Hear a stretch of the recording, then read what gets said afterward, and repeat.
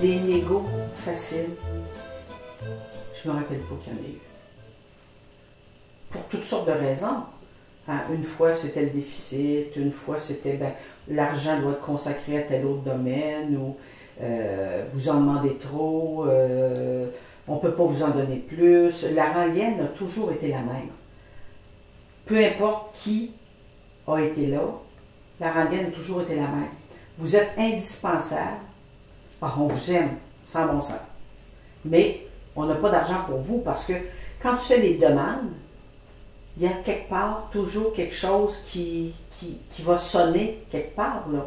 Quand tu veux avoir une prime de nuit qui tienne vraiment compte de l'inconvénient de travailler de nuit, passer d'une petite prime à quoi, c'était quoi, 8 ou 9 $ par semaine, et réussir à négocier à la fin des années 80 d'avoir une journée de congé supplémentaire par 2 semaines, ça a été une lutte épique. Il n'y avait pas de compréhension de nos vis-à-vis, de l'intérêt pour eux. Santé, parce que les gens, après de longues périodes sur des horaires comme ceux-là, ont souvent des problèmes de santé.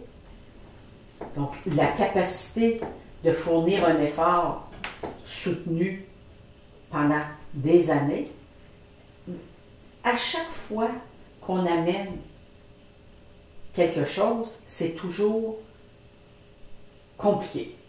On entend encore parler aujourd'hui d'organisation du travail. Il faut modifier l'organisation du travail.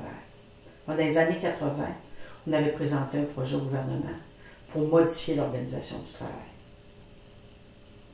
Mais pour ça, il faut permettre aux personnes qui dispensent les services de regarder leur travail et de proposer des solutions.